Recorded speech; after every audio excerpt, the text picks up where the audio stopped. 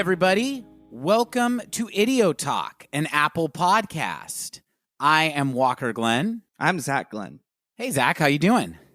I'm fantastic. It's really great to welcome listeners to episode 2 of our second season. This is a podcast where Zach and I talk about music that we're both really into. Our first season was about Radiohead. If you're just jumping in now because you're a fan of the artist we're covering this season, go back, listen to the Radiohead season. It will give you more than you ever knew about Radiohead if you are not yet a fan. And if you are a fan, I'd like to think that we did a pretty good job of covering everything that's relevant. This season, we are talking about the discography of Fiona Apple. Last week, we covered just kind of her background as a person and artist and our backgrounds as fans of her work.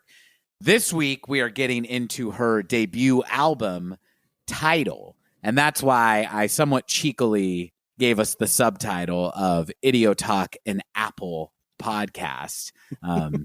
I do want to say that we are not officially affiliated with Tim Apple. Or do you remember that when Donald Trump called Tim Cook Tim Apple? No. Yeah.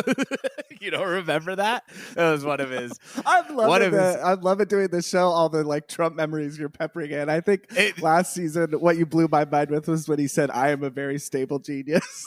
That was an amazing one. That was on Twitter. The Tim Apple one was on a hot mic. Oh my God, dude, too. He just also recently not tweeted because he's not on Twitter. He's on Truth Social. But on his, which, you know, at this point may be functioning better than Twitter. Who knows? But on Truth Social, he put out a picture of Chris Christie splayed out asleep and wrote, taking a much deserved break after another hard 25 minutes of work. You know, look, I've made no secret Trump of... was funny? I mean, this is what I was going to say is I have made no secret of I am staunchly opposed to just about everything that man stands for. But God sometimes he's often funny, seemingly accidentally. And I would say he's almost as frequently funny on purpose, even though that's really funny.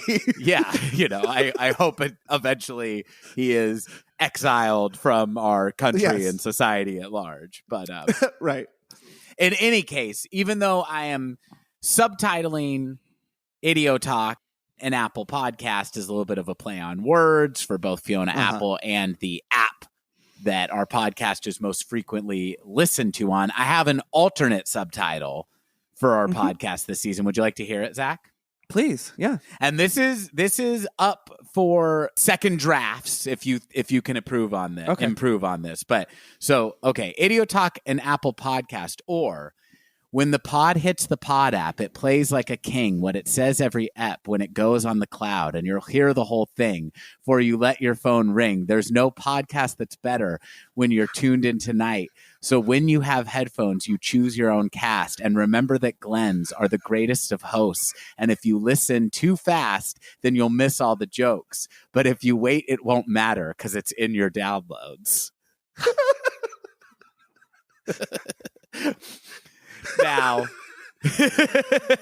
Now, folks of which I doubt there are too many, but folks who are learning about Fiona Apple from the first time from Idio Talk don't get what I'm doing there, but you obviously do, and I have a feeling a lot of our listeners probably do too. It's not something we've covered yet, and it's not something we're covering this episode, but that is a play on a future to-be covered Fiona Apple album title. Yes. I do not know that I stuck to the exact rhyme scheme of the original poem, felt but I really iambic pentameter, like very close rhythmically. I made sure to keep all the syllables the same. Wow, nice job, man. But I there are some. It's a strange kind of non-repeating rhyme scheme in the original poem, so I don't know if I got that exactly, but I did my best. I loved it. That was fantastic. So sign off on this. Yes, absolutely. Hey, I knew that when we were covering Fiona Apple that there were going to be some stylistic adjustments. We talked about it in we talked about it the entire season, but I know that we really started to hit on it in our OK Computer episode covering the band Radiohead, that Tom York doesn't even bother to rhyme a lot of the time. And I'm not going to say that Fiona Apple, well, of course I don't know, but it doesn't seem to me that she, especially in albums following this one, so I will use brevity, and something that Fiona Apple doesn't seem to love to do. But, I don't know, the poetic nature, I guess all songwriting is poetry in a sense, but like the poetic nature that she seems to really lean into in upcoming albums is, I would say, a differentiator and something that I really, really like. And I don't want to jump ahead, but we'll talk about it. Just, I think what Fiona Apple and a lot of artists have in common, in the shared DNA of musical artists that we love, is just a phenomenal songwriter and lyricist. And I'm talking specifically about the lyrics, right? Because she obviously composes a lot of the arrangements and everything while not being overly gratuitous. And I don't know how one strikes that balance. I think it's a bit of a magic trick. And obviously there are people in which the songs of Tom York or Fiona Apple or whomever do not resonate. And I understand that. But I'm going to go ahead and stop there because there was kind of a lot of thoughts flying around there. But do you have anything to add on that? I think it is I believe I said last episode, I think there's going to be, for me, a lot of Radiohead comparisons, and it's only because that's the other thing that we covered, right? Yes. It's interesting noting the differences that come up covering a different artist. There's really obvious ones, the gender, solo artist versus band, right? Totally. Those are not necessarily that interesting. What is interesting to me is to find out, this thing that Zach and I love enough to do our second season about, right? Yeah. So it's up there with Radiohead. Is so different in its musical and lyrical approach. And that is one I've been thinking a lot about listening to her debut album is she's a much wordier songwriter with a much more expansive vocabulary. And I agree with you. It's not overwrought. It doesn't feel overwritten or like too much cheesy. Of a good thing. No. No, it doesn't. It doesn't feel like for the sake of being long. No. It's these songs have a lot to say, and it's a very different approach than what I feel like Tom York does, primarily, not all the time, but which is invoke a feeling with very minimal lyrics. And this is more like it just drills down into tons of specific ways to convey an emotion or a feeling. And I agree with you. It's very poetic. And also I do think she rhymes more than she doesn't. She does. And it reminds me too of how we were talking about in our first episode, a lot of the, I think, respect that we have accumulated. I don't know if that's the right word. A lot of the respect that we have for Fiona Apple as an individual, given the interviews, the things that she was unapologetically unafraid to say as a young person. Yes, of course. But also I think just within the songs themselves, there's a huge degree of confidence and so forth. I think what stands out to me is that it does not feel as though somebody opened up a thesaurus and wrote tracks that way. And I would say maybe on a different end of the spectrum that we're talking about is, and I'm not here to throw shade. We've talked about the silliness of some bands like Limp Bizkit or Nickelback or whatever, but a band that I know that you and I used to hold a great affection for, AFI, their lead singer. I knew that's where you were going. Yeah, so that I'm not saying, I'm not sure Davey Havok's actual real name, but the singer of that band, I'm not saying that he is not an intelligent individual. He very well probably is, rather, right? But his lyrics, though, do feel like it's like, all right, I'm in the A's today. What can I? Sure. And also, too, I will say I learned as a young teenager who was very into the band AFI, I did learn some words that I think are rather cool from their songs. So it's not as if it's without impact or without value. I just think as you kind of age into things and are looking for some authenticity, however that manifests itself to you, it's really cool. And then I would say, just really quickly, just a little, I would say somebody who kind of splits the difference between that is a lyricist who I also love, who does feel like he uses the thesaurus, but is sort of unabashed about it, who would be Cedric Bixler Zavala from the Mars Volta. He has said, a lot of their songs are written in a hybridized, he's completely fluent in Spanish. But are written in this fun hybridized English, Spanish, and then a lot of really grotesque imagery. And he has said unabashed, and also a fair amount of made up Spanish too, right? Yes. Yeah. And for what this all just centers back to on subjectivity, listeners. So I'm not saying any of these are better, but I would just say I really like the way he splits the difference between I had all these ideas or no idea, and I wrote something, and I think there's a level of authenticity to it. So kind of pushing Davey Havoc and that criticism aside, I don't want this podcast to become just teasing people that have had far more success than I have, but I think you understand my meaning. And no, I do. Yeah. Say there's not a right or a wrong way. It's just people. You got to say what you have to say in your voice, and Fiona's voice. She feels like she says it in her voice, big time. Yeah, exactly. I love it. And I will say one thing that has surprised me about Tidal, an album I was very familiar with, but as with every album that we've covered on Idio Talk, you listen in such a concentrated dose with the knowledge that you're going to speak about it. New things jump out, or you notice things that you just kind of took for granted. I find it very interesting how long all of the songs are on an album that was not only a debut, but was released as a pop radio album, and that most of the songs are close to or above the 5-minute mark, which I think is a cool and kind of unorthodox choice. Yeah. If it even was a choice. The thing is I feel like her music is so her that it's just the songs are what they are, and this is how they came out. But similarly to there being a lot of lyrics, there's a lot of verses in these songs too. And almost everyone has a bridge, and not just constant repetition within those verses either. I mean, there is something, one of the things that I love so much that we got a chance to talk about within our first season, kind of leading up to, but certainly a lot more afterwards, our conversation with Dr. Brad Osborne, who wrote the wonderful book, Everything in Its Right Place, Analyzing Radiohead, was just thinking about song structure. Is this song through composed? Is this song, does it have a terminal climax or whatever? Listeners, please go back and listen to that episode. Really, really, really interesting stuff that Walker and I both learned a ton from. I was thinking about on listening to this album, as I do a lot of music now when I listen to it, okay, so what do we got going on here? Now, a lot of that, most of the songs are verse chorus, even if they're in more of a ballad form.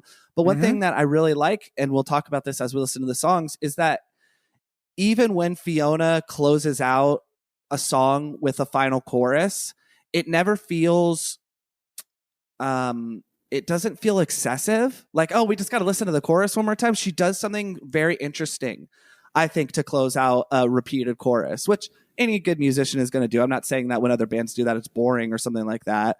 But we are getting into the song content. But just real quick, one other thing you said, and this goes back to our last episode, how Fiona was potentially planning to sell these songs for another artist to use, right? As is super common in the industry. I do wonder if she wrote them with such breadth with the idea that somebody else would edit them down. Do you have any thoughts on that? I don't. That's an interesting speculation. I could see that.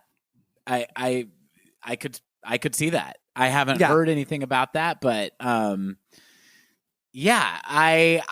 think that it's great that we're talking about the album and kind of generalities a little bit up top. And the one thing that you said that hooked me was that even these songs are the structurally they're pretty traditional, right? Which is not a knock. It's just there are people who cannot help but be they are so thoroughly themselves in their approach to the art they're making that I think Fiona Apple might be one of those artists who couldn't be boring if she tried. Because I don't want to say what song it is, but there's a song on here that is a big pop hit that was not one of the ones that she originally brought to the sessions that she was asked to write. And that she knocked off in a short amount of time. And it's like, it's been stuck in my head for 2 weeks straight. It's extremely catchy, but I would not be like, oh yeah, another fucking boring, hacky radio song. And so we're going to have a lot of trippy chord progression for sure.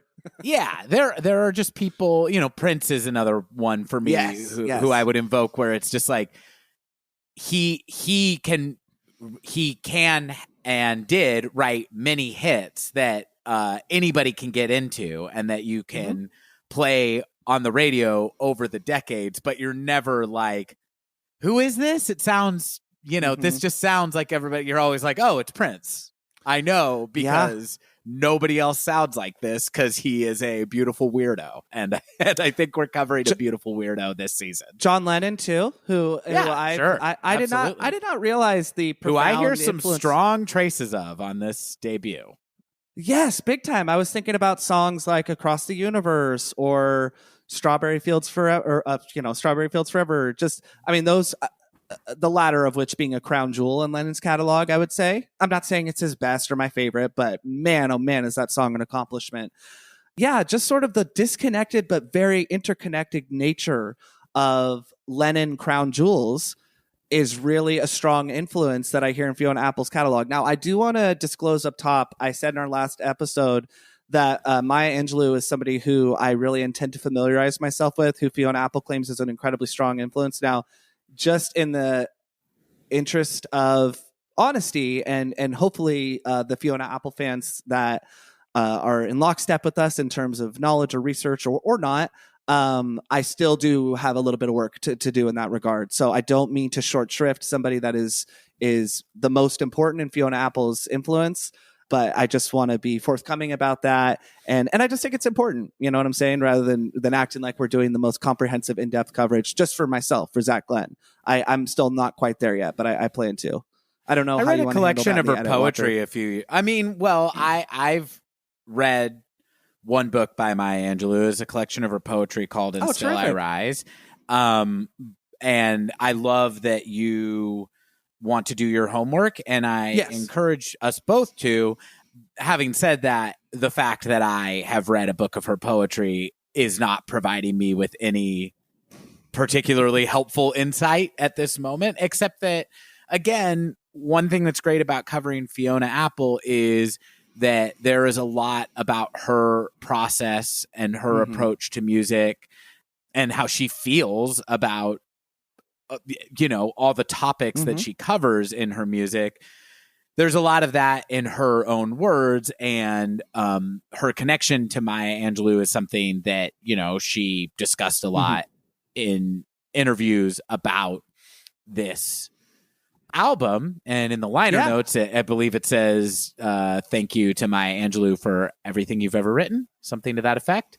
So, and her autobiography, When the Caged Bird Sings, I just love that, which so is beautiful. Which is I think would be considered her most famous work, and I have not read, but I would love to, and maybe we can both do that over the course of this season. Terrific. Well, Zach, I'm very glad that we covered a little bit about the album and the topic at hand up top, because we're going to get into it on a more granular level here.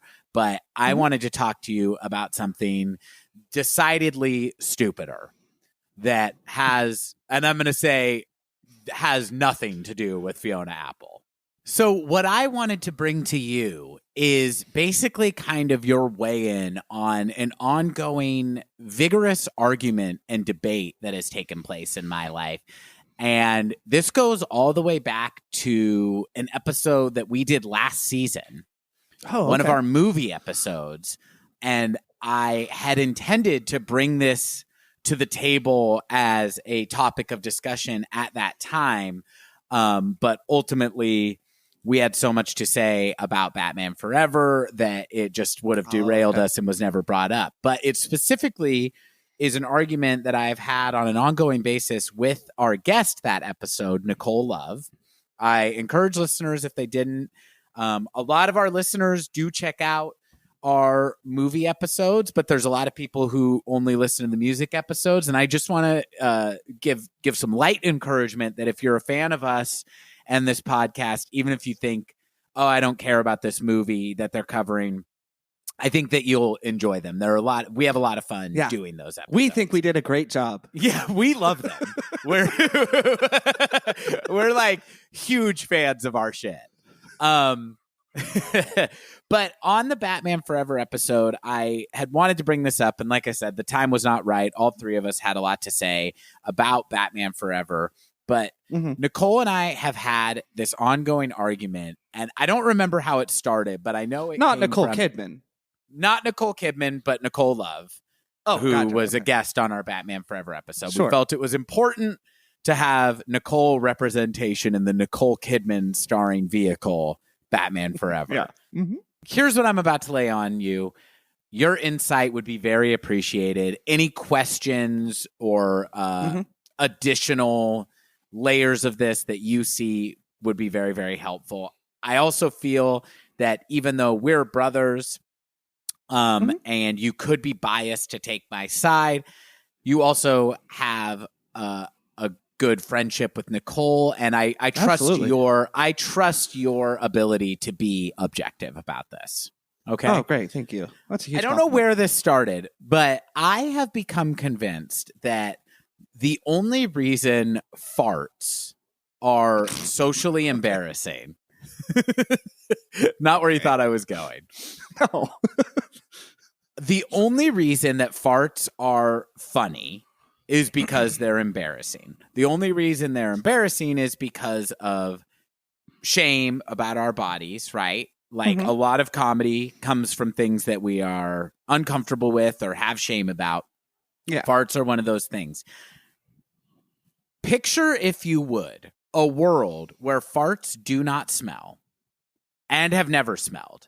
So this isn't like tomorrow we change everything we know about farts. It's just going back to the beginning of human history. Our association with them is different. They still make the noise, right? And it's still a somewhat involuntary bodily function. But I say, if farts did not stink, they would only be as much of a social faux pas as a sneeze or a cough, i.e., something that you don't, want to have a fit of, something that you say, excuse me, regarding, but there's not additional social embarrassment. It's just the only reason we think the sound is funny is because of its association with a rotten smell, which causes embarrassment.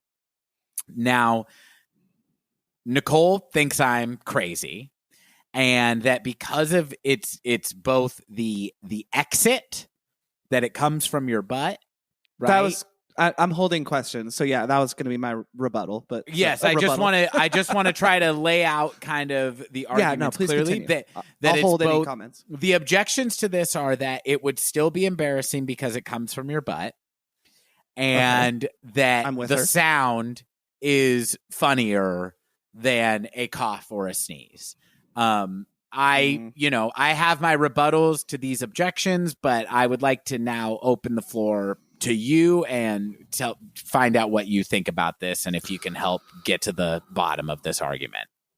Pun not intended. Yeah. Well, I think it's a really interesting premise. Like, I think there's a lot of Creedence Clearwater Revival to your kind of foundation, in that I do think comparing them to a sneeze is apt, and that they would probably fall more into that camp, where it's like we still laugh at people sneezing if it's a good enough series of, or whatever, or exaggerated enough or something like that. But where I think this runs into trouble is that a fart is still associated with your gastrointestinal region, which is still going to be where you evacuate your bowels, even in this artificial world, correct? yes, we still poop in the world where farts don't smell. Yeah, so I think it's like you could make the argument. I think it would be more like burping, right? Because burping is gross.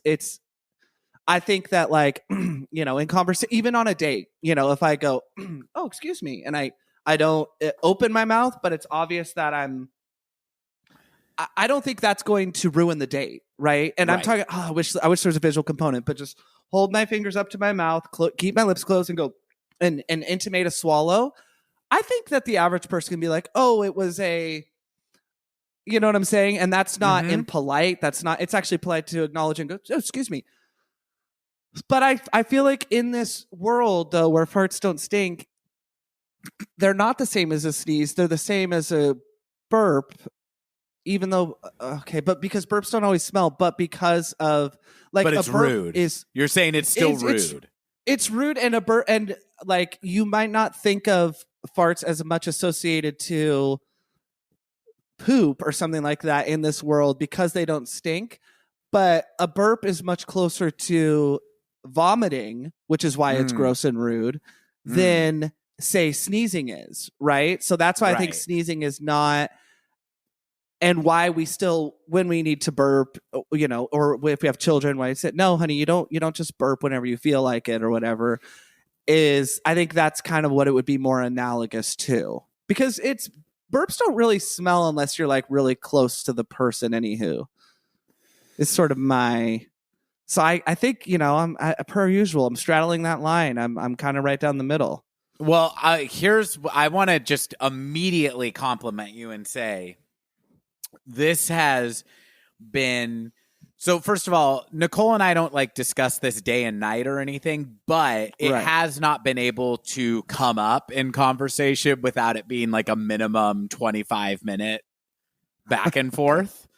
And this burp angle has not been brought up by anyone. So I think this is a very interesting new element that you're introducing to the debate. And by the way, like I consider this, whether I'm wrong or right, just the amount of conversation this has generated, like I want to toot my own horn and say, I want this to be a thought experiment on board with like the trolley problem. Like I think that this is something that, as Kevin Spacey said in Seven, will be puzzled over and studied for years to come. This is my John Doe. What's in the box? This is like the leg. But do you have the upper hand though? That's the thing. I think that I have the upper hand because I'm willing, like John Doe, I am willing to die for the work that I'm doing. I believe in it that much. Can I just ask, who's Brad Pitt and who is Morgan Freeman? Nicole Kidman. Nicole is definitely Brad Pitt. Because I should say she's like really like thinks that I am out of my mind. Yes, exactly. She has cool spiky hair. No, like she's like been pretty firm on like, and she's not, and I want to be clear, like she has not simply like dismissed my premise as crazy, but she objects to it, and for very well articulated reasons that maybe we'll have to loop her back in on this, because this is part of why I wanted to discuss it on the Batman Forever episode. But I did say I was going to bring this up on the podcast, and I'm going to really do my best to represent your side of the argument well. But she's definitely Brad Pitt, and you are definitely Morgan Freeman, and I am definitely John Doe, because I've gone quite mad, and I'm enjoying the muck that I'm playing. There's nothing wrong with the man enjoying his work. You're looking at Fiona Apple. You're looking at Nicole going, become wrath. Yeah, become farts that don't stink.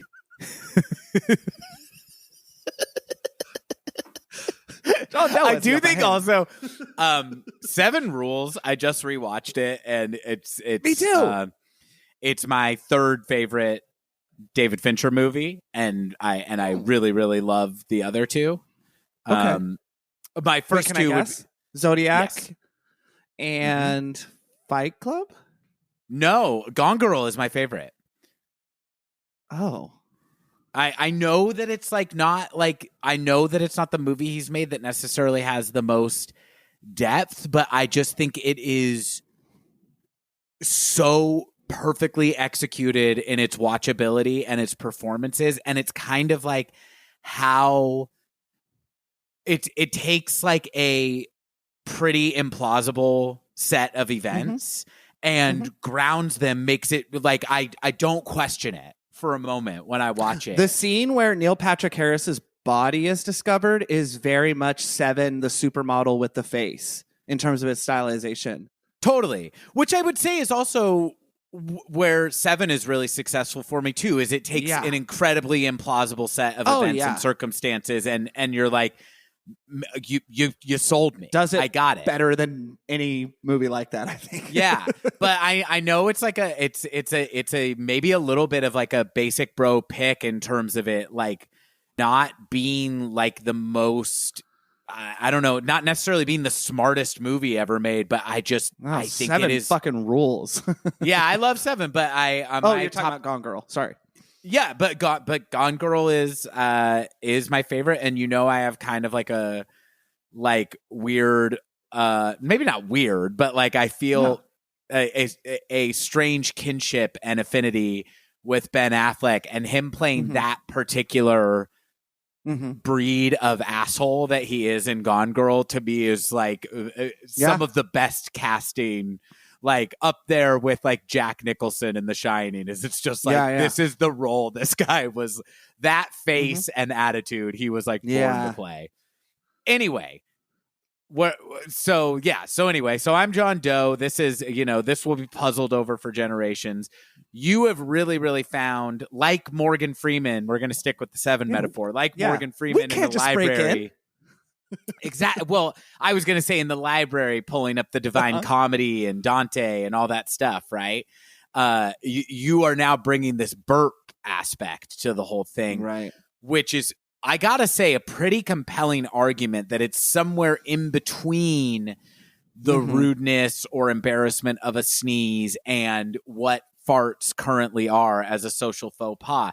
Because my thing is, I also put this on Reddit, I should say. I put it on the Reddit community, Subtle an Argument. The feedback, first of all, got a lot of engagement. I was just going to ask, how's the engagement?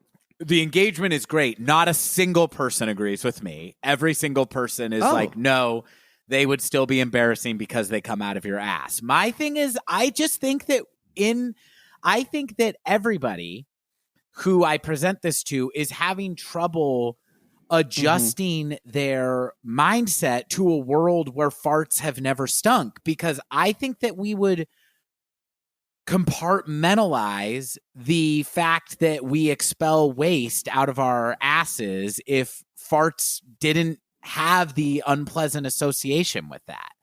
I just think, because it's like, it's also embarrassing to blow snot everywhere, right? Or like to have like a runny nose or something, like, or to pick your nose. Yes. But it's like, if you sneeze and are polite about it, it's no big deal. And sneezes are largely involuntary, though, is the thing. And that's why I think the burping, and I'm not saying you're not giving my burping comparison the proper credence. I appreciate how much of an additional wild card this is thrown in. But I think everyone to just instantly dismiss via Reddit is wrong. But I think that sometimes it's harder to articulate the nuances in text, even in something that's really well written, as we all know, in a text form, I should say.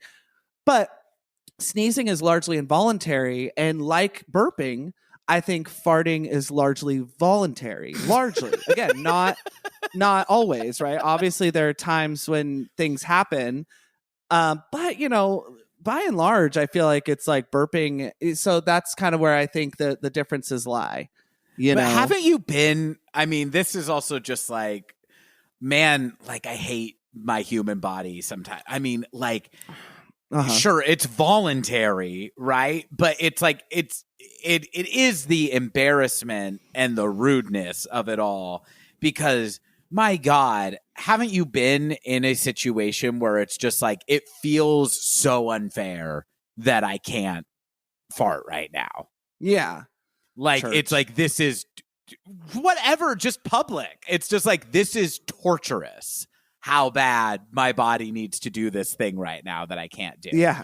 But of course, it's also like, I guess I could also say, why are we not allowed to like drop our pants and take a piss or shit in public too? No, it's not the same at all. It's not the same. But It's not the same. I wanna bring up the Reddit post because, okay, first of all, I'll post the Reddit thread in the show notes, and listeners, if you're on Reddit, we'd love to get in there, and I'd love to hear your thoughts. People they didn't dismiss, they made good faith arguments, as has Nicole. Good. Okay. But it's just no one agrees with me. The closest to agreement that I've gotten is you saying it's more akin to a burp, and then there was a very interesting new insight brought on Reddit that I thought was favorable for me. But it was, people were arguing with me, and I would kind of come back with a counterpoint. But I got to tell you too, at a certain point, I didn't want to argue for this too hard, because I'm like, at what point are people going to think I'm just some sort of like fart fetishist who like needs this to be true? Because I'm just like, I don't want to like. But Walker, your John because Doe also my manifestation- Reddit name is my name, Walker JF Glenn. I know. Well, you're already John Doeing yourself though, because people are talking about this for years to come. That's Or at true. least weeks so far. I don't know how So, long ago you posted it. Do you want to hear some of the Yes, I would comments? love to. Please. Okay. Should I read my posts too, or is my argument made clearly enough? I think it's fine as a reset. Go ahead. Okay, so this is on the Reddit community. Settle this for me. Good Title of the community. post is "Argument with GF about farts." So I said my GF. Wait, and GF I, is for Godfather, right? yes, that's right. Nicole Love is my godfather. Okay, go ahead. Yeah, what is it? If mom and dad pass away, she has to raise me.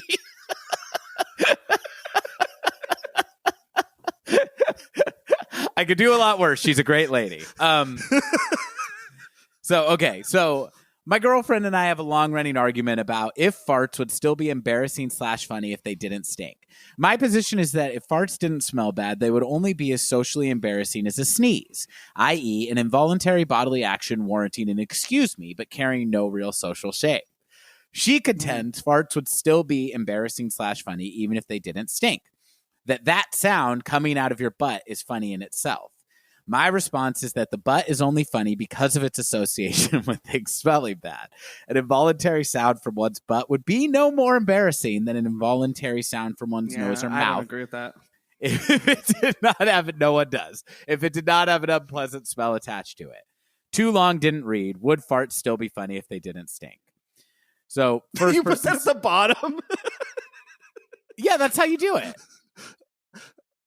Well, yeah, but I just picture Reddit though. It already cuts off posts that are too long though, so they have to get all the way. Well, look, through it hasn't hurt the engagement. We've got 11 upvotes and 15. Okay. And I got to say, there's a lot of people in this community, but I scrolled through and not a lot of posts have more than 2 or 3 upvotes. So No, not at all. That's like akin to like a 55 upvote on like a music cover or something like that. Yeah, this is captured the zeitgeist over on Reddit /subtleness for me. Continuing to elevate my celebrity status on Reddit, although maybe in not a great way on this one. Like I was, as I was writing this, just like, is this going to be the thing that like gets me canceled 10 years from now, where it's like, maybe I finally like achieve some like notoriety or success as a podcaster or comedian or writer. And then it's like, hey, and then it's like, it's like one day I'm the main character on Twitter. It's like hashtag fart dad or like fart smelling dad. Like, main character on Twitter. That's what they say. You've never heard. That's not an original. They say you never want to be the main. Yeah, it's like you never want to be the main character on Twitter. Yeah. Sure. Okay, so this first person says, yes, I think they would. It's from the butt. And I said, but why would the butt be funny in a reality where farts don't smell? I don't think the anal orifice is inherently any funnier than any hole in our body. And then somebody said, I disagree. Yeah, I disagree with that. Well, speak on it. Well, no, we already covered it. I mean, it's just like I don't think the anal orifice is inherently funnier, but I think its association would still remain even if farts didn't stink because of what its primary connection to your large intestine. And yes, and this is an area where when I discussed this with Nicole last, which was yesterday, she pushed back on my framing that she's saying that the butt is inherently funny. And she's saying it's not that it's inherently funny, it's that it is a private part, and private parts we have more discomfort and shame around, which is where the comedy and embarrassment comes from. So I do want to clarify her position on that. Sure. Which is hard to argue with. I just still think in my reality that we would be able to compartmentalize the butt functions the same way we because also we already compartmentalize. Our mother had one of the funniest things I've ever heard her say. This was like 15 years ago minimum. I had a acquaintance at the time who would come over a lot, who would constantly stare at our sister's ass and not be, I don't know about not be sly about it at all. And our mom was just complaining about it to me. She's like, honey, I don't mind when so-and-so comes over and, I understand blah, blah, blah, but he needs to use a little bit more slyness, if he's going to be checking your sister out. It's really bugging me.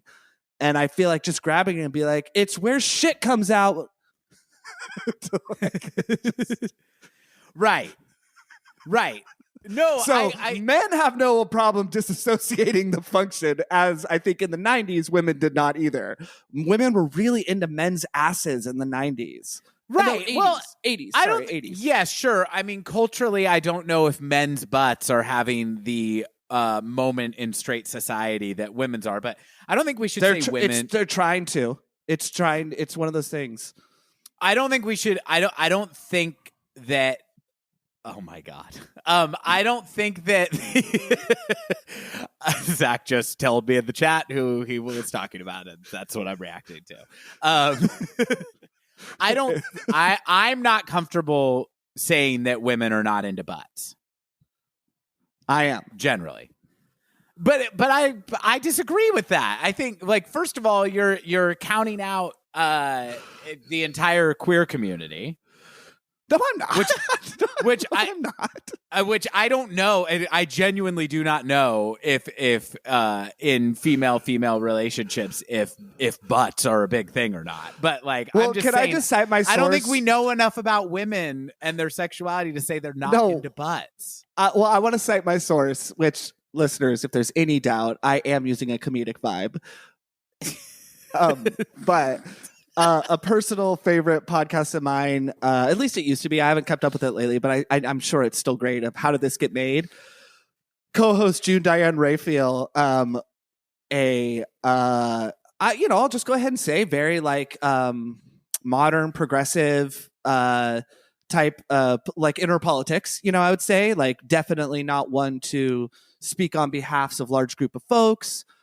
Just has a lot of great causes that people would typically associate with left of center type things, right? In one episode that was quite recent, she said, I don't understand the fixation with men's asses in these films that we watch. And Jason Mantzoukas, one of the other co-hosts, goes, oh, June, are you attempting to speak for all women and say that women don't like men's asses? And she says, yes, I am. She said that women don't like men's asses. So I am borrowing from, but no, I'm not. I mean, this is all good fun, of course. I'm not discounting not fixation, whatever people like to fixate on of any gender that there is their preference. I just think it's a funny trope of the 1980s and early 1990s to think that a man's ass is anywhere in circulation of conversation or admired as much as a woman's ass. Sure. Absolutely. Okay. Yes. So I agree with you. So it's certainly a well-made point that there's already a lot of compartmentalization around butts in culture. Thank you for researching. And whether I do agree with you that per capita I'm sure I'm not using that right, that generally men are more fixated on, gay men and straight men are more fixated on butts than gay women or straight women. I agree with that. And I also agree with you. It is funny. And I say this as a butt guy. It is funny that we are just like culturally so fixated on the ass, and it's just like it's kind of weird, dual bro. functioning, folks. yeah. So, If okay. not more than dual. So it's probably like relevant to bring to the table that it's like, these butts are a private part, right? Mm-hmm. And Yes, and they also are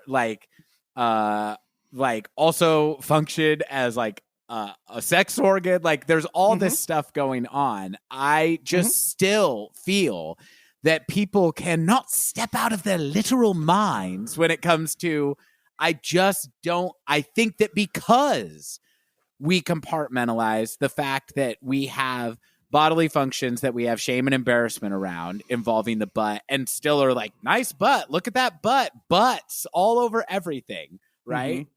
That we would Nice be tush. able, You say with your bros. Yeah. Oh man, I love hanging out with my bros and just talking tush. Me too. That I think that what you're saying, that the fact that there is this dissonance and compartmentalization around butts already would make it that farts are not a big deal if they didn't smell. No, it's possible. I mean, in a world where we're talking about where there's like a bunch of songs on the goddamn radio about eating ass, it's just like, we're really going to be that? I mean, I don't know. Well, I'm reading a really fascinating book. Maybe right just now the called station I listen to. Eating Ass Radio, Yeah. or EAR as it's abbreviated. Yeah, it's a very high Sirius XM tier that you have to pay for. So I'm reading a book right now called The God Particle. If the universe is the question, what is the answer? Or is it if the universe is the answer, what is the question? Anyways, it's a great book. Clearly, it's really resonating with me. Man, it's so good, though. And it does talk a lot about the quantum realm. And it, by the way, folks, it's for lay people such as myself. It is a really challenging book. But I think kind of what you're saying of like this alternate universe and all that is like that this book talks about. It was written in 1993. Really made its way into like the entertainment zeitgeist. Right? Mm-hmm. Is this idea a good pitch for a script? Like, hey, we live in an alt universe, Sure. Like, particle accelerator goes haywire. All of a sudden, people are just walking around. I can definitely see it as like a rejected pitch in like the Rick and Morty writer's room or something. It really feels like that. But but I mean, I don't mean to sell it short. I did just say that it will be my life's work that will be puzzled over to the same extent as the trolley problem. So yeah, sure, I'll write a feature about this. Awesome, cool. Okay, like I'm thinking, what's a title? Like I'm something like in the vein of If These Walls Could Talk, like if these butts, if these farts didn't smell. Yeah, I think. Oh wait, what about something about silent but dead, like noisy but not deadly. Squeaky. Well, anyway, we'll get back to that. Squeaky but clean. We're obviously not going to get to. We're not going to resolve this today. But you've brought a great deal to the table. So I won't read every comment, because they all more or less say what you're saying is that it's the association, that you can't get around the association. Now, I still contend that we as a society are not ready to occupy the mind space of somebody who has never thought of a fart as something that is stinky. No, it's impossible. No, it's impossible, but that's what is required to accept my premise that they wouldn't be embarrassing. And I just think that I'm maybe alone in my ability to do that at this time. Which, look, I know a lot of people only reach this level of transcendence through, DMT, a drug that I have never done. So I'm proud of myself for being able to get there. But Zach, before we close this out, I want to say the other thing that was brought to the table, and the only thing that I feel like even slightly kind of corroborates my premise, is from Reddit user Tunkun38. And this is what Tunkun38 definitely says. Somebody you want to be associated to just by their name. Absolutely. No, I'm really glad that this is on my permanent record and my internet footprint, that like I'm out here just like, please pretend farts aren't stinky with me. Seriously, I am surprised nobody accused me of this being a sexual fetish, because I would start to argue with people and then they'd argue back and I'd go, interesting point, because I was just like, I don't know how hard I want to like publicly fight for this, and yet I continue to do it on my own podcast. So Tunkun Moon or Tunkun Mun 38 says, here's the thing. You're right logically. You're totally perfectly right in a logical sense. But using your logic, I could ask, why is something smelling bad funny? Because you could argue there is no correlation. Bottom line is, pun intended, some things are just funny because we said they are for absolutely no reason. Farts being funny is a Western thing. Farts in places such as India are treated just like a sneeze, as you said.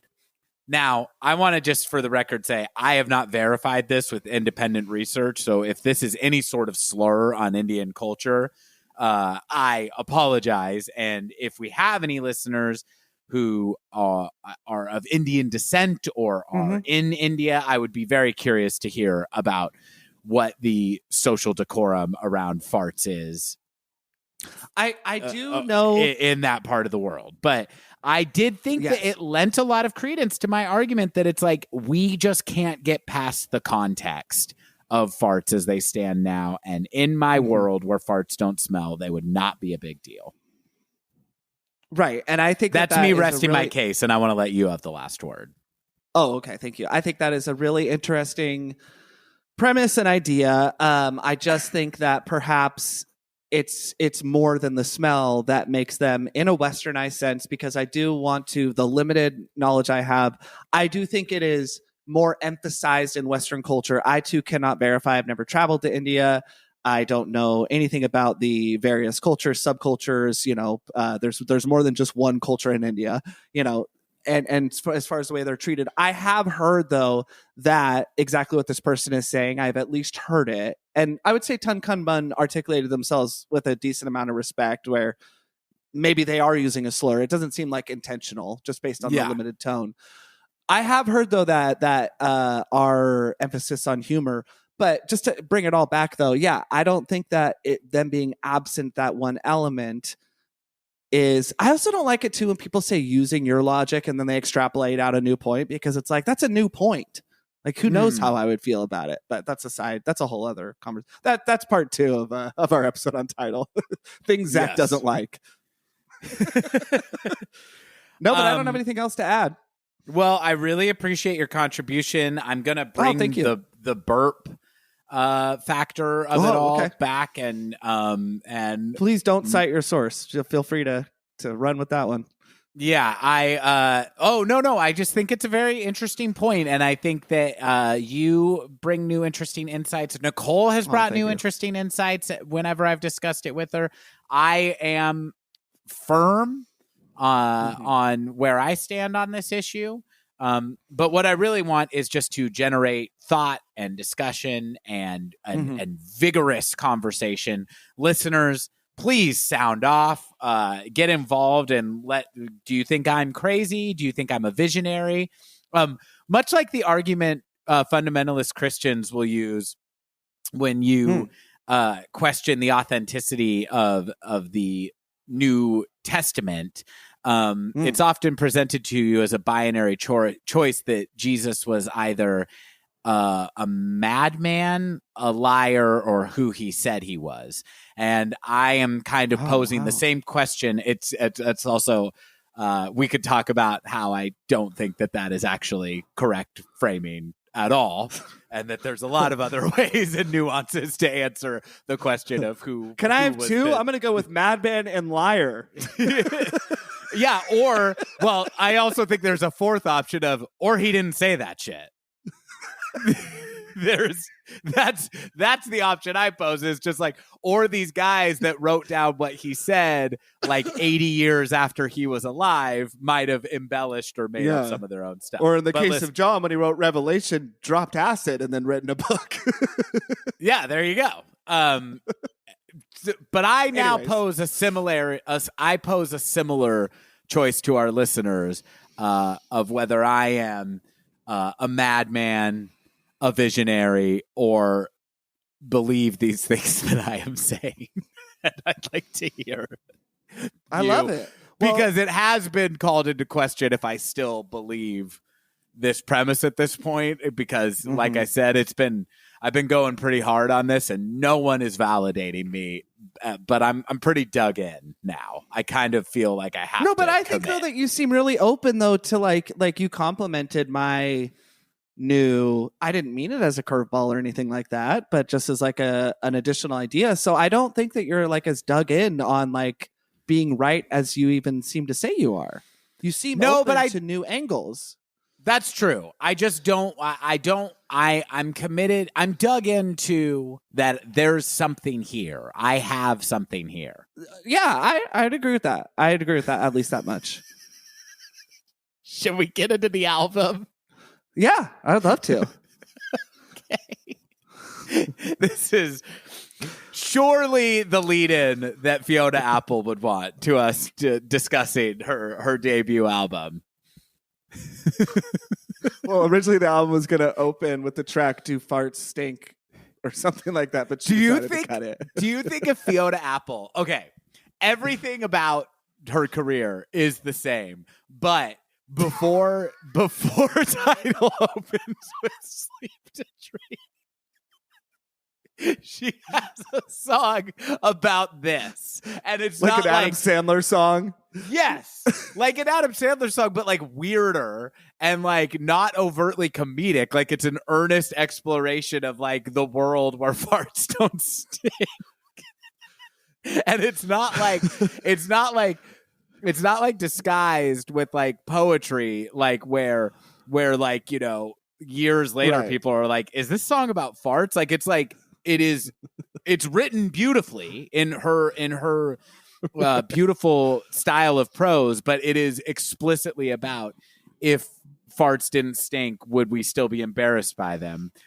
It opens the album before "Sleep to Dream." Everything else on the album is the same. Does Fiona Apple still have a career in music? I think she has a career, but a slightly less successful one. Do you think people it's are already puzzled by her?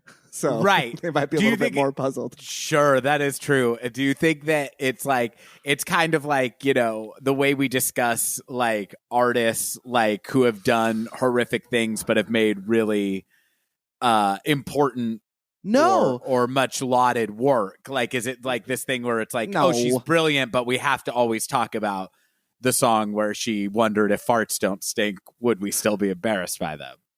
I don't know. Well, I mean, maybe it would be like that, but I think it's more like artists that have taken themselves incredibly seriously and then not seriously enough for my own taste. Like Beck. Beck would be in that camp. I would put Bob Dylan in that camp. I would put Bob Dylan in that camp too. Yeah. I would put Harry Nilsson in that camp. Great example. Great example. I would put Paul McCartney, although Paul McCartney has never gone into bodily functions, and even like some of his silly. So no, I just think that Fiona Apple, you know, and I think this is maybe a more organic segue. I think Fiona Apple like has really stuck to her guns in terms of tone, which is a weird thing to say, but you know, we're only talking about one album. But even within this one album, I do, and this is what a lot of the critical reviews talk about, both contemporary and retrospective, that I really, really appreciate that layer of insight, is that I think that it could, and maybe it is to some people, I think that an album, you know, written and created by such a young person, because as much as, you know, we've set that to the side and so forth, and I think it's important to continue to do so, it's very difficult to get around the fact that 16, 17, and 18-year-olds can have brilliantly profound things to say across any era of time. I think that's one of the reasons why we love the Diary of Anne Frank so much, right? Is this is a young girl in a tormented time being a kid and also discussing these very, very heavy things with a, so I mean, that I don't mean to compare. I'm just saying that like age at a certain point becomes obfuscated by the level of profoundness that the author or person is. Generally speaking, though, it's really hard to get around the fact that somebody has a lower maturity level at certain. That's why I think the best performances in acting come from people ages 29 to 33, and that it's a standout when it's, you know what I'm saying? So I think the same exists across a lot of artistic avenues, but this album doesn't really waver in its mature tone, is what I think is so cool and consistent about it. Please go ahead. No, I love what you're saying, and I'm glad you brought it up because it is interesting because I get a little bit of like an icky feeling when I feel an impulse to discuss it from the point of view of I can't believe a teenager wrote these fucking songs. Right. And I think the reason I feel like that is because of how she was condescended to in the public discourse and the media, where it's like, it almost feels like that, like kind of this thing that is like notable for like how talented and sure and in control of that talent she was at such a young age was kind of used a little bit as a weird knock against her, which is strange. Having said all that, I can't believe a fucking teenager wrote these songs. And and it's just, because the thing you're talking about of like, okay, well, why are we drawn to performers who are in this age of, 29 to 35 or whatever?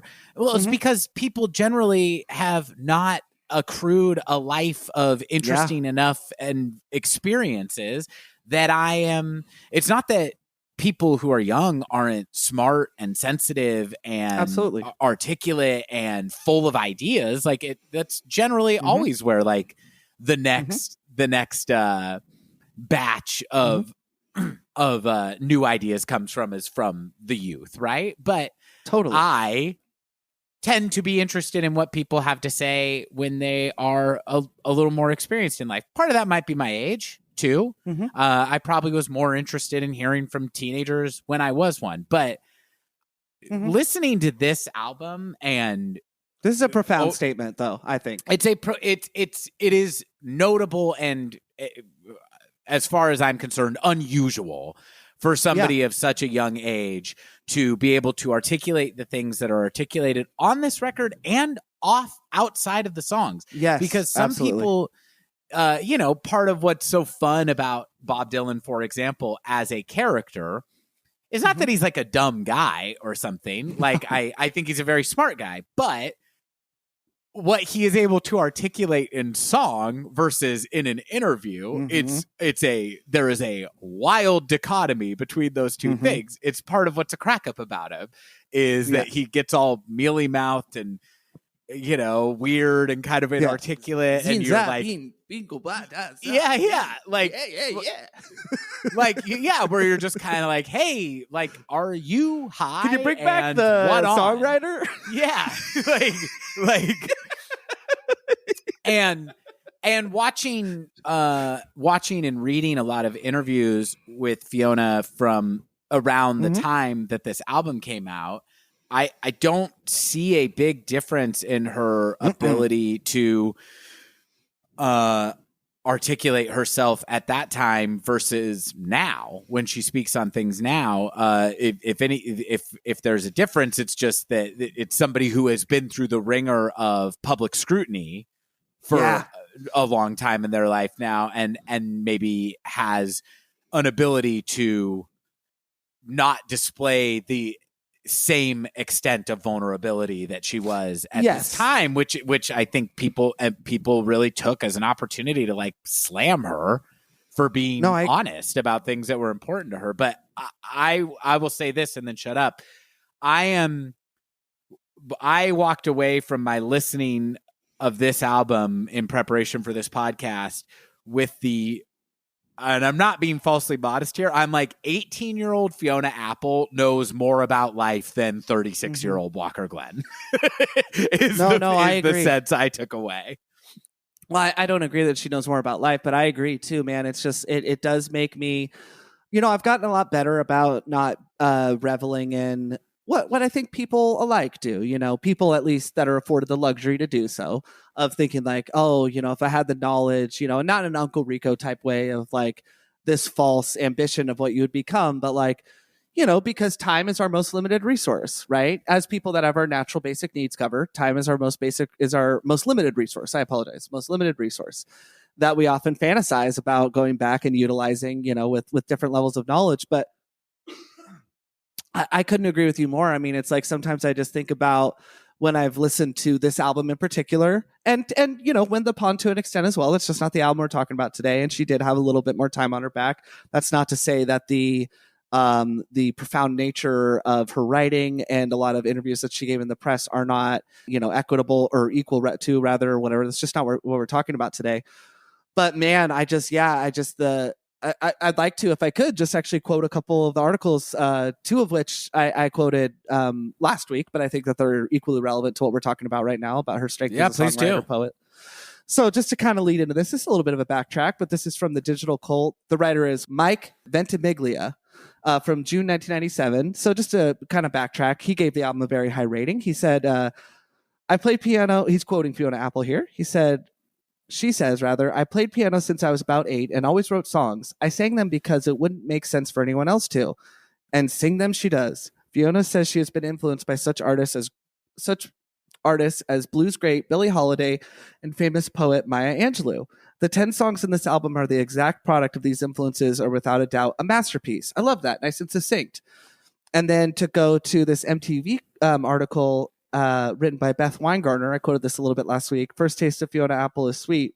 Walker, this speaks a little bit to the age thing that we were just talking about. Beth says, what makes Apple and songs which appear on her debut album Tidal special is how unique they are.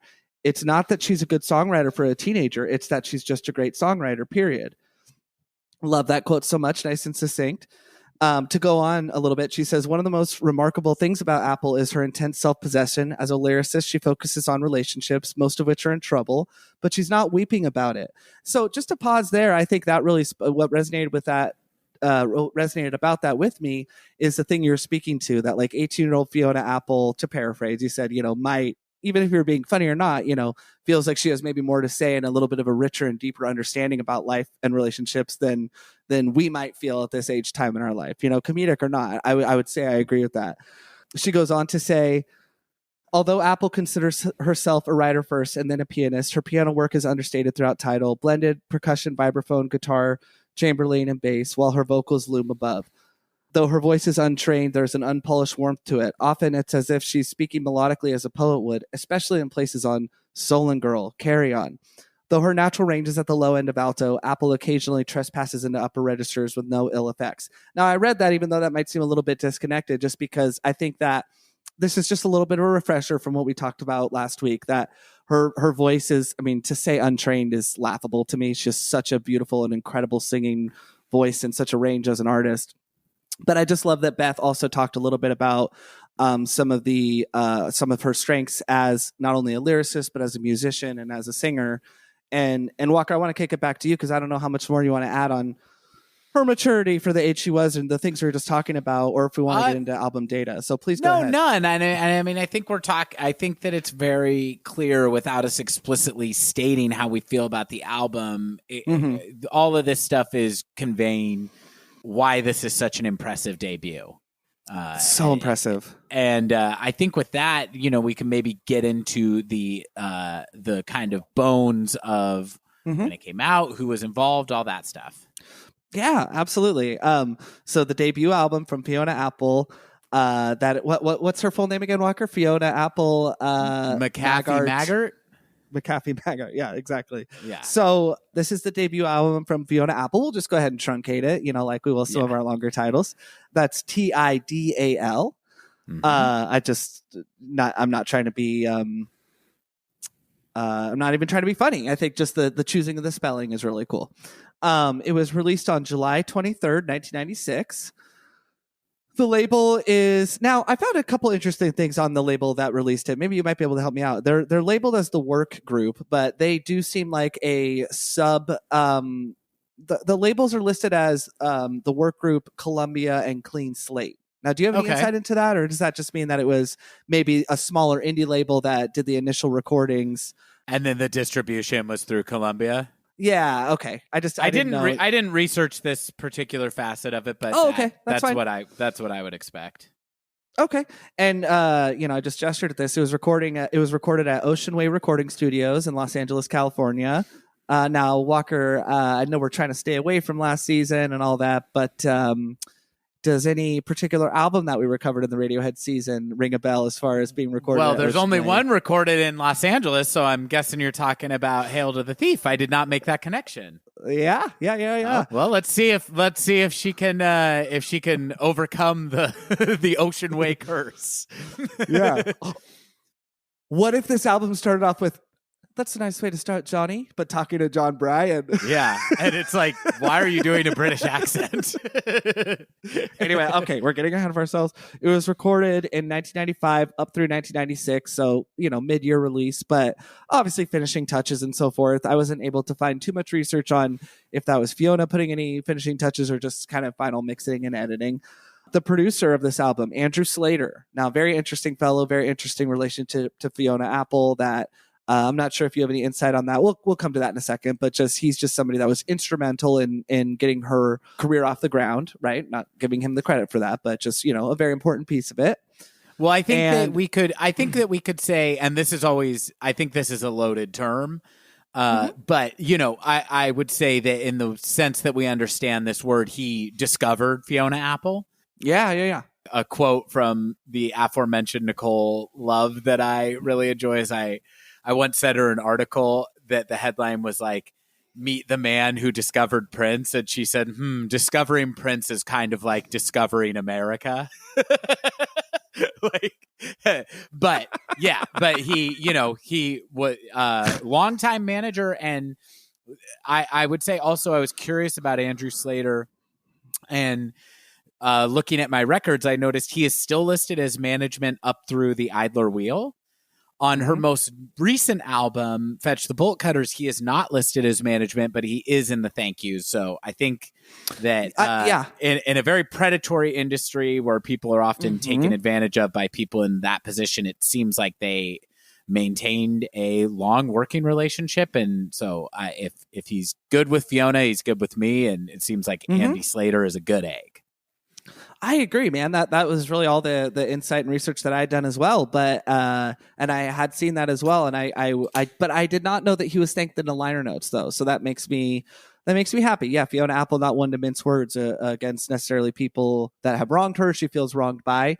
So yeah, it's just like you said. It's like it's always nice, and maintaining a partnership with somebody doesn't necessarily indicate that there were no heated moments or anything like that. But it's like you said, it's a very dirty industry. Well, you didn't say that, but that's the sense I got. And it's really cool to see that a longstanding, fruitful collaboration and partnership has been maintained.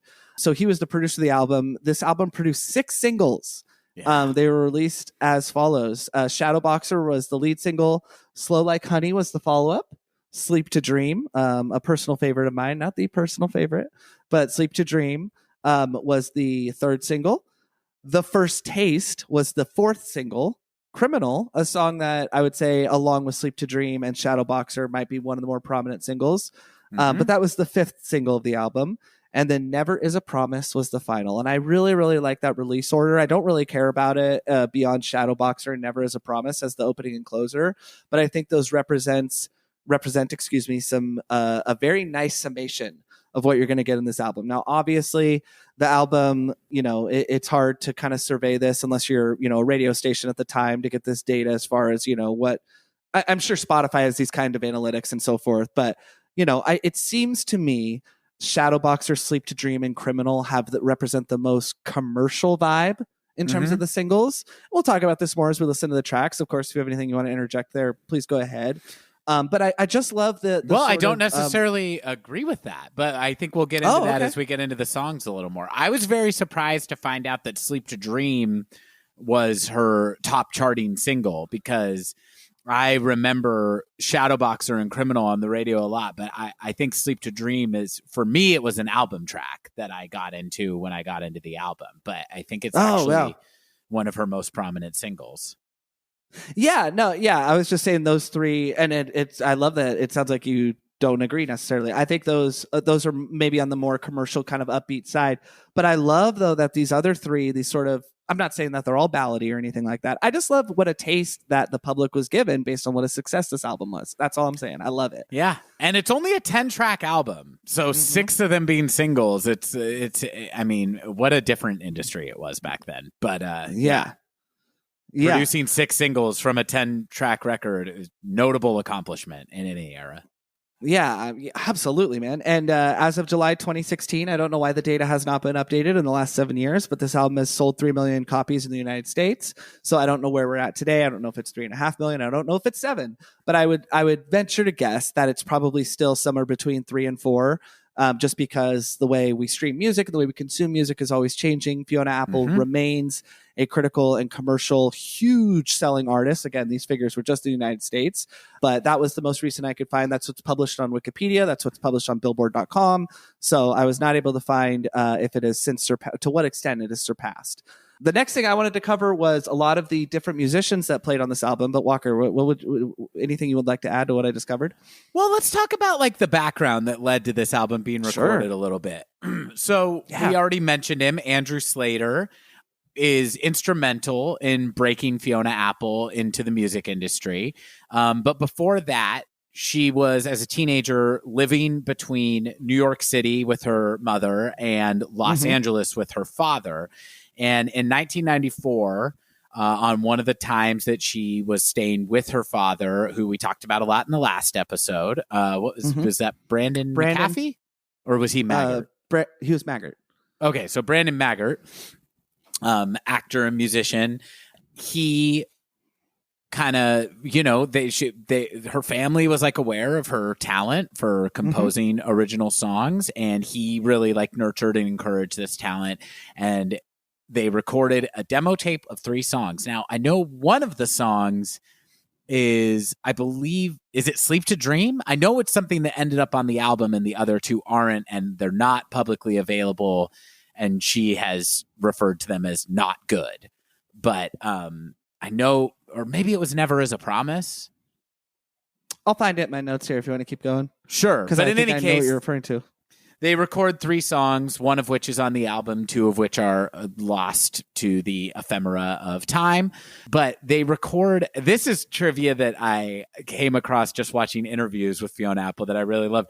They made 78 copies of the tape, which I just love the specificity of that number.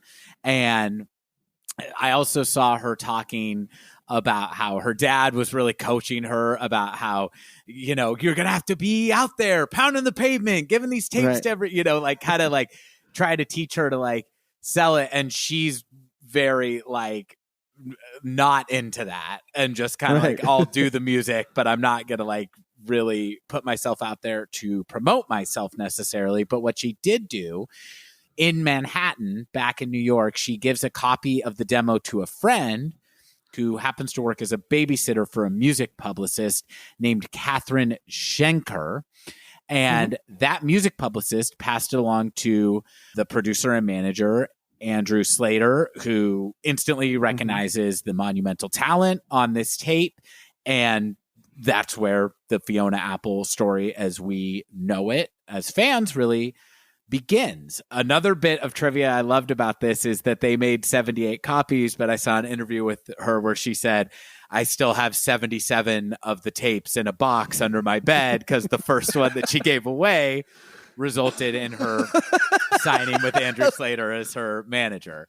The other thing, Zach, that you read, which is just so great. And who knows if that interview was from probably like, 98 or so. I would love to think that she still has those somewhere. Who knows? The other thing, you referenced this earlier, that the intention was really to get her to sell the songs more than it was to break Fiona Apple as an artist. And even though her family and she were aware of her talent for composing original music and songs.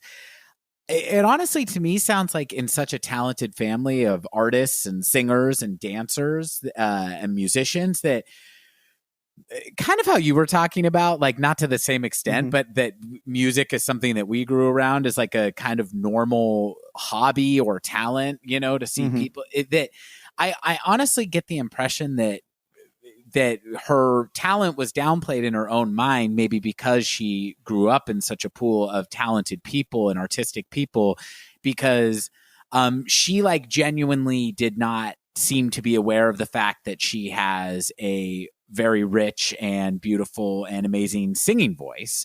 And it was Andrew Slater that gave her that feedback. Now, I don't know if she had gotten that feedback from other people and discounted it because, you know, they didn't have the credibility of working in the music industry, or if just maybe she had genuinely not gotten that feedback from people in her family or whatever. But I don't think it was false modesty when I heard her say in an interview from a few years ago that he told her like, oh, well, you know, you have a really beautiful singing voice. And that was kind of the first time it had occurred to her that she could be the person behind these songs and do her own songs. And that's, you know, and then they went and cut the album Tidal. So I think unless you have anything to add to that, I think we can kind of get into the musicians who played on this album with her. Yeah, so on the on the additional studio musicians, rather personnel, if you will, credited to this album, it's a really, really big cast of characters, and I don't know if we want to read each one off, but I did have just a couple of folks I wanted to highlight. And this is not in sequential order of like their contribution to the album, but Amber Maggart, her sister, is credited with harmony vocals on track 9. That would be Pale September, if you're counting listeners, which I thought was really, really cool. But as far as musicians that are maybe folks that we might know because of their own longstanding longevity, so John Bryan is credited with guitar on tracks 1 and 2, track 6 and 10, right? So listeners, if you're counting, that's Sleep to Dream, Soul and Girl, The First Taste, and Carry On, right? So all fantastic songs. He is also credited with, I'm not going to name the tracks on each one, but guitar is my primary instrument. So I just wanted to. Yeah, sure. I do want to call it out though on the vibraphone that he's credited with playing that instrument on tracks 1, 2, 3, 5 and 6, and 9 and 10. Right. So that is really cool. Are you familiar with the vibraphone at all, Walker? I adore the vibraphone. Oh, awesome. It's one of the most gorgeous sounding instruments on the planet. And I feel like it's not an instrument you hear a ton because I think mallet instruments are probably pretty difficult to be fluent at. Yeah, and I feel like the vibraphone is. I have a really big effect. Well, Walker, can you tell people in layman terms, because I think you're actually really good at that, of what the vibraphone is or looks like, or what listeners might associate it to? Well, I believe it's a metal mallet instrument, correct? Yeah, it's a percussion instrument. Yeah, it's a steel. Yeah, so it has steel. Are those considered keys? I mean, you threw to me. I love the way it sounds. It is very natural. Like it has a natural tremolo, which is the volume waving in and out. Right. So if you hit a note, it's like ding. Exactly. Yeah. So the vibraphone it resembles the steel marimba, right? Which it superseded actually. So it's older. One of the main differences, though, between the vibraphone and other keyboard percussion instruments is that each bar suspends over a resonator tube containing a flat metal disc. So that's what gives it, I think, a really... where that tremolo comes from. Exactly. One of the many things, I would say, that gives it a very... and there's, of course, always going to be modifications, right? Some have a sustain pedal. I think most actually do. All I'm just saying is that for these really kind of geniusly crafted... maybe I don't want to say simpler instruments, but instruments that date back to, a more recent time, but they're more rudimentary in their construction. And all I mean by that is the vibraphone, I want to say, was created in the early 1900s, I think 1916. There's a really great podcast that I've loved since 2009 with Josh Clark and Chuck Bryant, stuff you should know. It's going to be at the top of your charts on all your podcast app. They have a wonderful, wonderful episode on the vibraphone and on the theremin. which is so I went back and re-listened to those. But yeah, it's it was developed in the early 20th century. There have been modifications made. That was a very, very long-winded way of saying that but at its brass tacks, that's what it is, and it's a really, really ingeniously created instrument, and I think really, really difficult to know where to use. But for a guy like John Bryan, who also plays attack pianos, dulcetone, marimba, and chamberlin on the album. John Bryan has a really, really great career collaborating with amazing directors, right? And I think that is exactly what you're hearing on this album is a wonderful collaboration from a top-notch musician. So John Bryan, it's in this article right here from Scene Magazine. It says Apple is aptly backed by a top-notch cast throughout, led by the talents of Jellyfish/Grey's alum John Bryan, who weighs in on a variety of instruments, including harp, octagon, vibraphone, chamberlin, marimba, tack piano, and guitar, accentuating Apple's poignant musings with melodic percussion and subtle texture. Now, please take it away, Walker, as far as John Bryan's additional credits. Well, I did want to just say that I think that the vibraphone gives a very it's even though it's not on every song, it's all over this album, and it really contributes to like the kind of jazzy atmosphere that they create with a lot of these songs. Also, the term trip hop was mentioned because there's a lot of like live drumming, but there's also a lot of like drum looping too. And the chamberlin was not an instrument I was aware of. I assumed he was playing a mellotron, and then I looked up which is a early analog synthesizer that would be probably most famously recognized from the intro to Strawberry Fields Forever. And this is basically a analogous instrument, very similar type of it was developed a little bit more recently. I think in the 1950s for the chamberlin.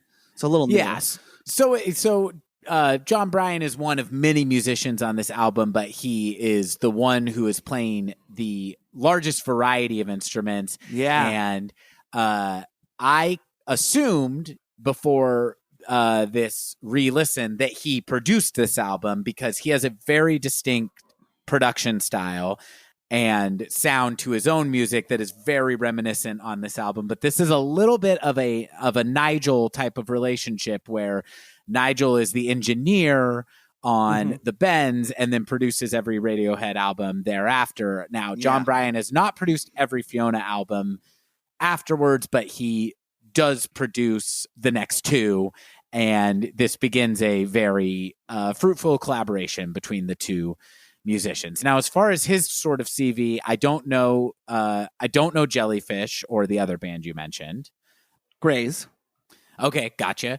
But John Bryan is you might not know who he is and already be a fan. He's done some of the best motion picture soundtrack or motion picture scores of all time, in my opinion. The score to Paul Thomas Anderson's Punch Drunk Love, the score to Paul Thomas Anderson Magnolia. On that, he has a cover of the Harry Nilsson song One with Amy Mann that is sensational. The score to Eternal Sunshine of the Spotless Mind, I Heart Huckabees, as well as being a solo artist in his own right. He has an album of solo music that's really great songs. His work as a producer is just totally unparalleled. Not only his production of some of Fiona Apple's albums, but he also produced Late Registration, the Kanye West record that is, in my opinion, possibly the high watermark of his music. Wow. He just really has a lush, gorgeous sound that I would say he's really, really good at seamlessly mixing live instrumentation and looping and sampling in a way that is just not forced sounding at all. And as a musician, I've had the experience of getting to see him live a couple times, and live he does kidding, Walker. Really? Oh yeah. And it's possibly wow. I didn't know that. Oh, yes. And it's one of the most unique concert experiences I've ever had. So I actually saw him on back-to-back days because mostly what he does is play at Largo as kind of a house band type of thing. Largo is a a venue in Los Angeles where Fiona Apple herself has played a lot over the years. And it's very associated with like a specific crew of musicians. Elliott Smith was a part of that scene when he went to LA and lived there during the recording and release of his last 3 albums. Mm-hmm. It's actually a great video, Zach, if you've never seen, of John Bryan and Elliott Smith playing a show together at Largo, where Elliott's playing guitar and John Bryan is just switching to different instruments. Oh, is he on the drums a lot? He might be. Like, he plays guitar with him on a few songs. He plays piano. He's all over the thing. But it's like these John Bryan arrangements, and it's them playing this show at Largo, and the video is shot by none other than Paul Thomas Anderson. So the Largo is like a hub of awesome hipster comedy, film, and music world in Los Angeles. But John Bryan, so normally, he's not like, he doesn't really go out and tour as far as I can tell, but he opened for Of Montreal when I saw them at the Fox Theater. And the night before that, he played a show in a much smaller venue than the Fox Theater in San Francisco, Café du Nord. And I was at both shows. And what he does is he does these completely improvised shows where he takes requests from the audience of covers, figures them out by ear on stage, and plays fully orchestrated, fleshed out versions of them off the top of his head with loops. And so awesome. Yeah, so he'll go over and play a riff on the guitar and then set the guitar down and be keeping time out loud as he walks over to the drum set. So he's played like he did Helter Skelter, and he goes and plays it on the guitar, then walks over to the drum set going 1, 2, 3, 4, 1, and then loops crazy drum parts. And then by the end, you're hearing a full band version of Helter Skelter with this one guy. He also did a thing where he sat down at the piano and did a live score to a Felix the Cat cartoon. Like, he just does all sorts of cool, interesting stuff. And he's I would say, like, just as far as his ability to play a generational talent and some sort of savant, I honestly don't know what his training is in a classical sense, but he's just a dude who can pick up anything and pretty much play it. I love all that.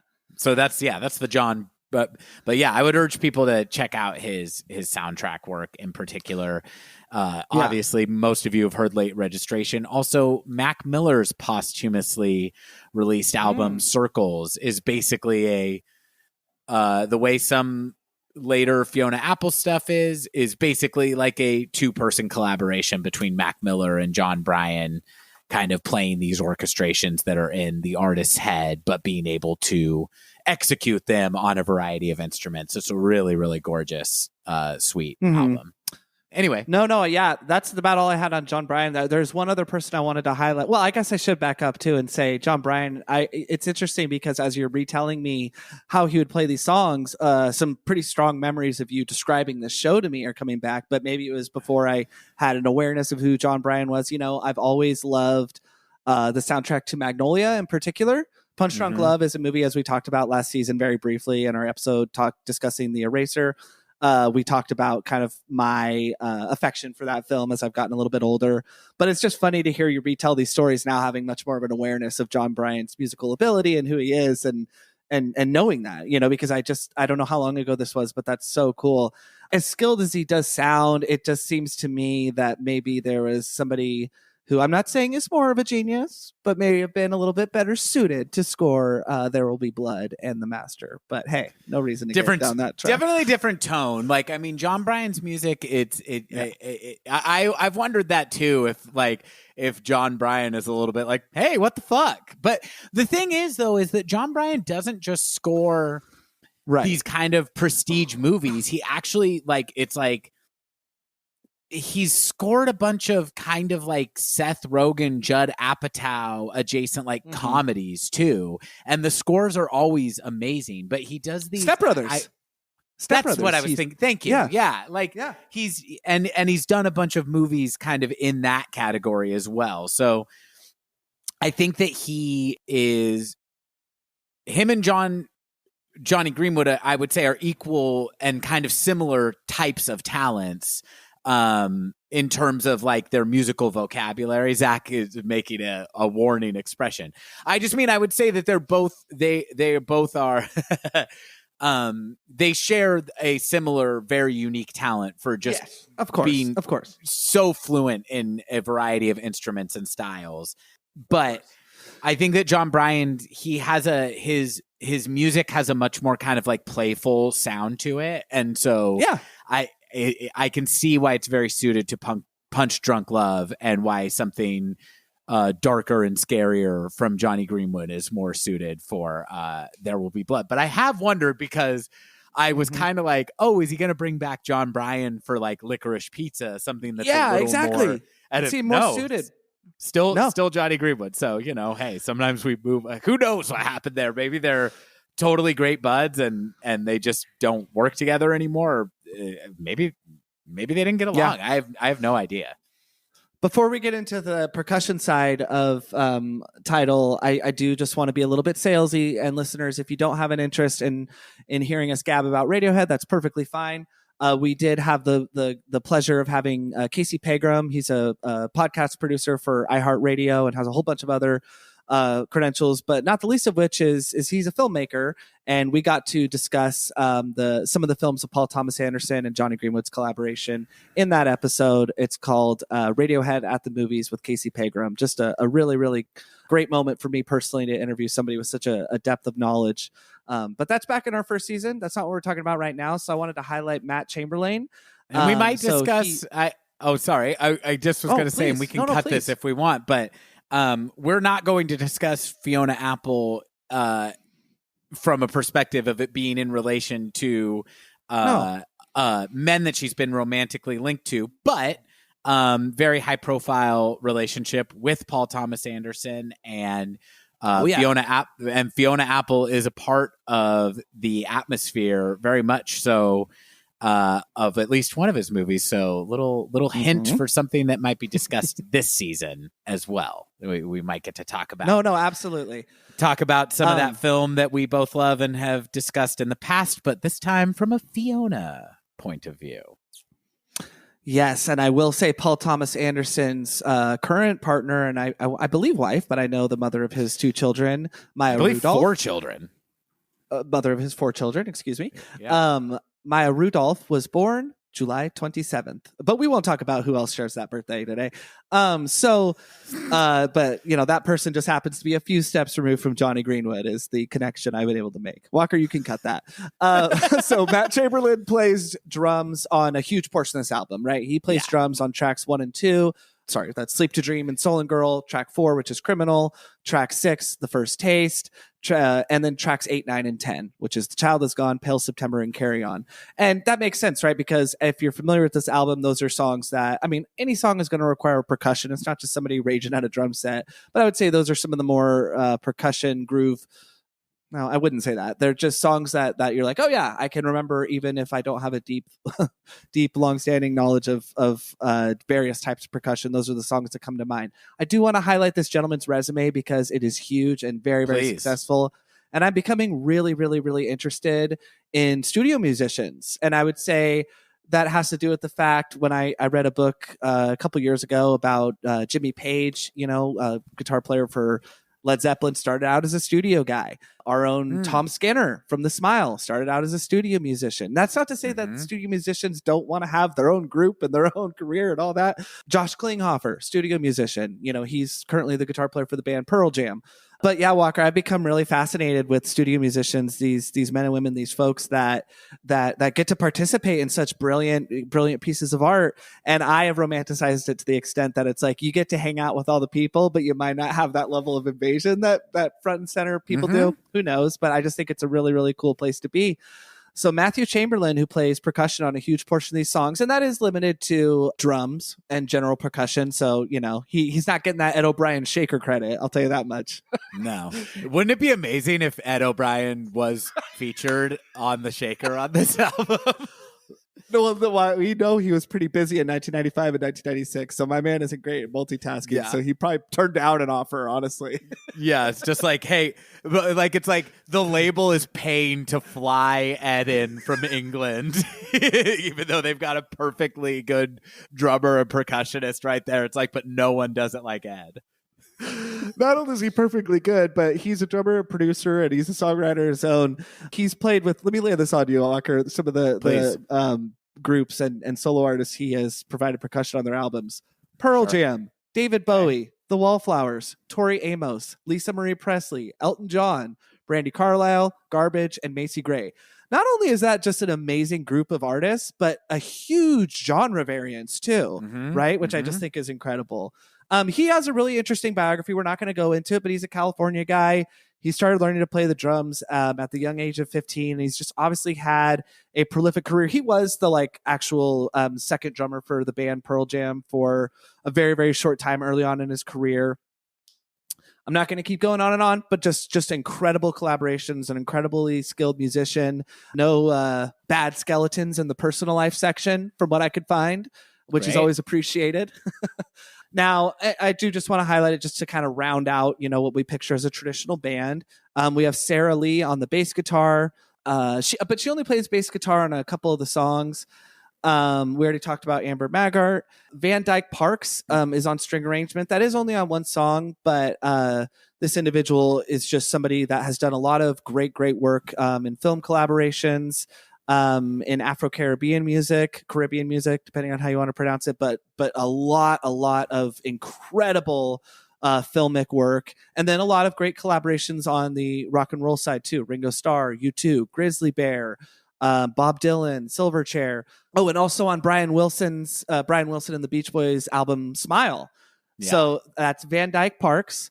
And so it's just I could go on and on and on and on and on and on. This is not to check the box for folks that are abundantly familiar with Fiona backstory and trivia and so forth, but it's incredible to me that because a lot of these folks' resume was filled out after Tidal in a way, not Van Dyke Parks, but also was completely, and I don't know how that works. I don't know if the studio brings them in or if it's the studio musician is at a place where they can choose. It doesn't matter to me. It's just so incredible to see Fiona at the tippy top. She wrote these songs. She created them. Of course, we're not diminishing that. But to see the men and women that collaborated on this is so fucking exciting and awesome. And a little wonder as to why it's such an amazing album, in addition to the lyrics and the vocals and the piano and all that. Do you see what I'm getting at? I do. Yeah. No, it's really great. I mean, it's look, I'm pretty sure that if these songs existed on like a lo-fi album of her sitting at the piano, I'm sure that we would probably still love it. And I bet a lot of Fiona Apple fans still would. But they created something that, could be marketed and sold in the mainstream. There was a great push behind this record. And I'm glad that I'm glad that there was, because we got the career that we did. I would also say too that you were saying who knows how these things come together. This is a little bit of a speculation on my part, but this also might be where Andrew Slater was earning his keep, so to speak, as somebody who knows the music industry. Because if Matt Chamberlain played in the Wallflowers, I know that one of the groups that Andrew Slater managed was the Wallflowers. So I'm sure this guy had a huge. Who the Wallflowers are too? Yes, they're the band of the best songwriter in the Dylan family, Jacob Dylan. Poor Jacob Dylan. He might. I know. I don't even mind the Wallflowers. No, I actually really only know the song One Headlight, and I think it's a good song. It's a great song. But, it's tough to have the last name Dylan or McCartney or Lennon and then be like, I'm going to do this too now. But in any case, so the Wallflowers is Jacob Dylan's band. So this guy Andrew Slater was working earning with his a lot keep, of notable artists, and I'm sure that he was able to pull from that Rolodex. And like I said, at least I don't know if we're going to see. Well, I know we see her sister Amber Maggart on future Fiona Apple Records, and we've already said that John Bryan, this is the beginning of a big collaboration. I'm curious to see if we see some of these other musicians, but in any case, they all came together to make a great record on this one. They did, and not to belabor the point, but it's like you said, like, you know, maybe a lo-fi album and so forth, you know, we would enjoy it. Well, of course we would, and that's what, you know, brought Andrew Slater on and brought everybody to make this album what it is, right? So we know the songs were great, right? Now, without just kind of belaboring the additional musicianship and all that, I've covered everything that I want to, and I think that as these folks continue to occur or reoccur, come back, and so forth, we'll call attention to that as the albums go on. But Walker, really, that was all that I had. I have a lot on the songs, their lyrics, and my thoughts on them, but I want to hand it over to you if you have anything else you'd like to add. No, I mean, I agree with you. I think we'll talk about contributions as they're relevant, but I do think there's a lot of names we didn't mention, but that's, you know, it's just we kind of are highlighting the people who it seems like were a part of collaborating on the bulk of the songs, and then you know, a lot of great musicianship and playing on the album. But you know, go ahead and take a look at the liner notes or the Wikipedia yourself for that, because it's a big list, and it would be probably kind of boring to listen to us just list every musician and what song they played on. No, I'm really excited to talk about the songs themselves. I've already made no secret of the fact that I'm a really big fan of this record. I will say, you know, talking about a fantasy lo-fi version of it, there are some points on this album where the production, to me, diminishes some of the raw power of Fiona Apple's songwriting and vocals and piano playing a little bit. That is very, very common with debuts before people have, as artists, had a chance to, and a lot of artists never get this opportunity to kind of take full control over their own artistic vision. I don't exactly know where that is a function of Fiona Apple just growing into who she would be as an artist as she went on, or where that was the label or coaching or her not having full say and everything. Not really sure about that, and didn't really find anything to make that any clearer in all my research about this. But I am interested to talk about, even though I really love this album, I'm interested to talk about, you know, my little nitpicks, as I love to have, of where I wish things were maybe wait to hear them. A little different, or where I prefer kind of the direction that that the production and arrangements would take on future albums. Yeah, I really only have one song in particular where I have a large complaint to lodge, and we'll get to that. I was just thinking, though, about debut albums, though, where the production, it's difficult to know if it was the artist's naivete or newness or whatever, or a studio influence.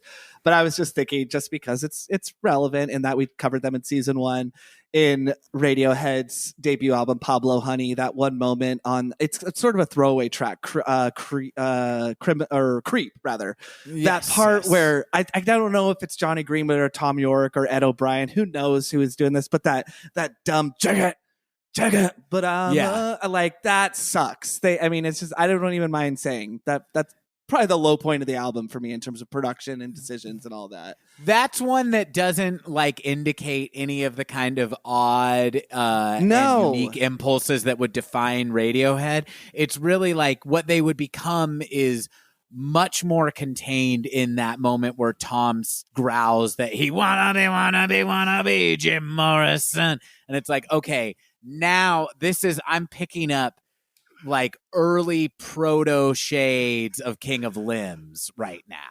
Yeah. Anyways, okay, let's get to the album. Well, you know what, dude? I kind of am thinking, we've been talking for the better part of a couple hours, and I think that we need to give these songs their full due. I'm thinking we cut this into a 2-parter. What do you say? I love it. So listeners, as we are wont to do, sometimes when we talk about an album, it takes 2 or 3 episodes, and we're gonna allow ourselves that same flexibility on this season. These are dense records, so we don't want to rush anything here. If you have not been, I would urge you in the intervening week, please refamiliarize yourself with Tidal. If you're coming to it new. If you're coming to Fiona Apple new, honestly, I would say give yourself the treat of just starting at the beginning. That's not how I got into Fiona Apple necessarily, but I think that it's very rewarding in my mind to be able to follow her growth on a linear timeline.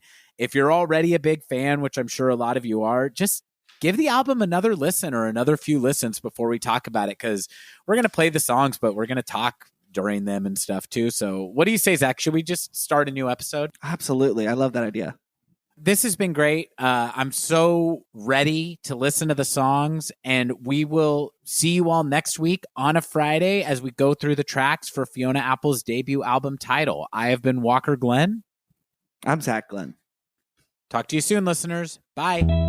Idiotalk is a Glenn Brothers production. Get in touch with us at idiotalk.podcast@gmail.com or follow us on Instagram at idiotalk.podcast. Thanks for listening to